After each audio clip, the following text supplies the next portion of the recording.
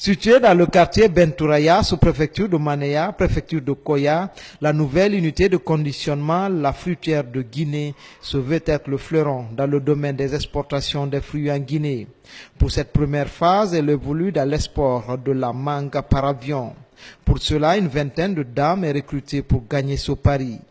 Pour améliorer leur capacité opérationnelle, 3 experts ivoiriens assurent la formation de ces femmes dans la gestion d'une salle de conditionnement. On les lave d'abord dans le bassine, après on les essuie, on les frotte très bien 2 fois. On met maintenant sur la table, après on emballe comme ça. Après on prend, on met dans le carton. Quand le carton est rempli, on va là-bas, on pèse. Si on regarde maintenant si le poids est normal, maintenant on dépose, on colle. Si on finit de coller, on met la couverture. Après on transporte par là. Et on nous a montré comment faire, comment on doit être propre. Et on nous a dit aussi on ne doit pas porter les boucles d'oreilles, on ne doit pas fumer ici, on ne doit pas porter les bagues, bracelets, on ne fait pas rentrer le téléphone, on va enlever aussi les ongles. On protège maintenant les cheveux. Après on commence maintenant le travail. Depuis l'arrivage des fruits et des champs, je fais d'abord une présélection, un pré-tri. Le pré-tri concerne à trier les pédoncules, les mangues qui sont de bonne qualité, les pédoncules qui ne sont pas trop enfoncés dans la mangue, et la coloration. Parce que la mangue avion, c'est de la coloration d'abord, en première position, la coloration qui compte d'abord, après de la maturation. Donc on fait d'abord un pré-tri, on fait rentrer la mangue dans le magasin, et maintenant trier pour voir s'il n'y a pas de piqûres, des maladies de la mangue, les différentes maladies de la mangue qui concernent la piqûre de mouche. Après maintenant le tri, maintenant il y a le conditionnement. Le conditionnement concerne la mise en carton. On ne peut pas être satisfait sur le champ, mais on sent une amélioration, on sent un dévouement, on sent une abnégation qu'elles veulent travailler, ils ont l'amour de travail. Mais la répétition est pédagogique, donc on va toujours répéter la formation. On ne finit jamais d'apprendre, on va toujours la répéter pour qu'elles puissent assimiler. Tout ne peut pas être parfait, l'être humain n'est pas parfait, c'est pas, voilà, donc la mangue, on peut pas, si tu vois, ils ont bien de sinon on pouvait pas nous faire, on pourrait nous laisser là-bas, puis prendre n'importe quelle mangue, même dans les cartons, fait partie. Il y a toujours des rejets. Mais pour le moment, les rejets sont négligeables, parce que la saison des pluies n'a pas encore commencé. Quand elle va débuter, il y aura les piqûres de mouches qui vont commencer à se faire sentir. Que nous sommes venus d'abord pour que la Guinée soit ouverte sur le marché international. Donc là, c'est pour ça que nous sommes venus, c'est pour cette espèce que nous sommes là. Donc, ce qu'on a déjà fait, je ne dis pas que sur les 90%, la qualité y est.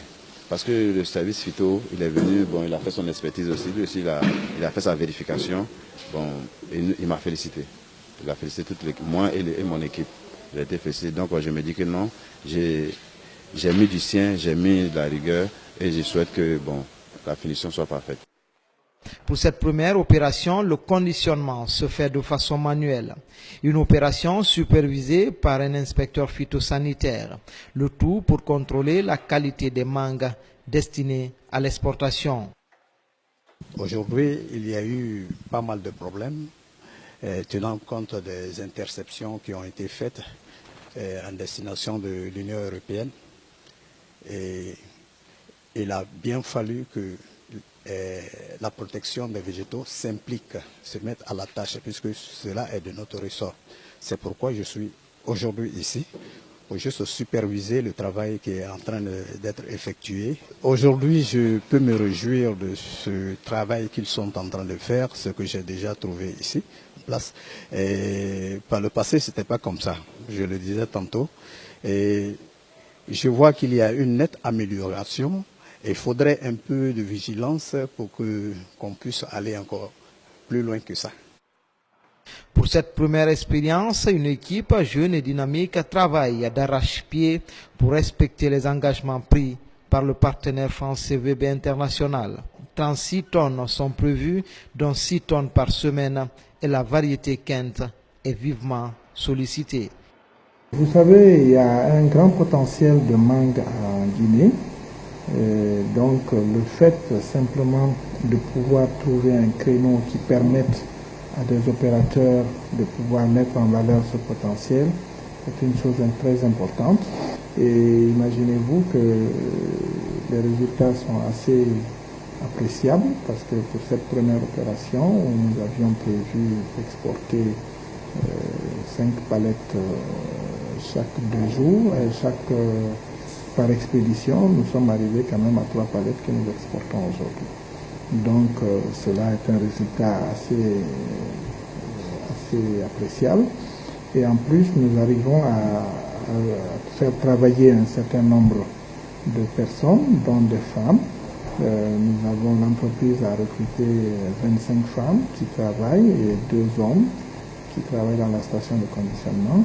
En plus de l'équipe d'encadrement au nombre de 4 et avec un personnel d'appui chargé de la maintenance. Avec les résultats que nous avons déjà en ce début de campagne, c'est très élogieux et c'est très bien. En tout cas, la fruitière de Guinée est une entreprise qui a beaucoup travaillé sur la qualité, beaucoup travaillé sur la formation de son personnel de tri, son personnel d'encadrement. Donc, et en plus, la fruitière de Guinée est en train de travailler sur la certification avec l'appui évidemment du COLEACP. Donc, nous attendons vraiment de très bons résultats.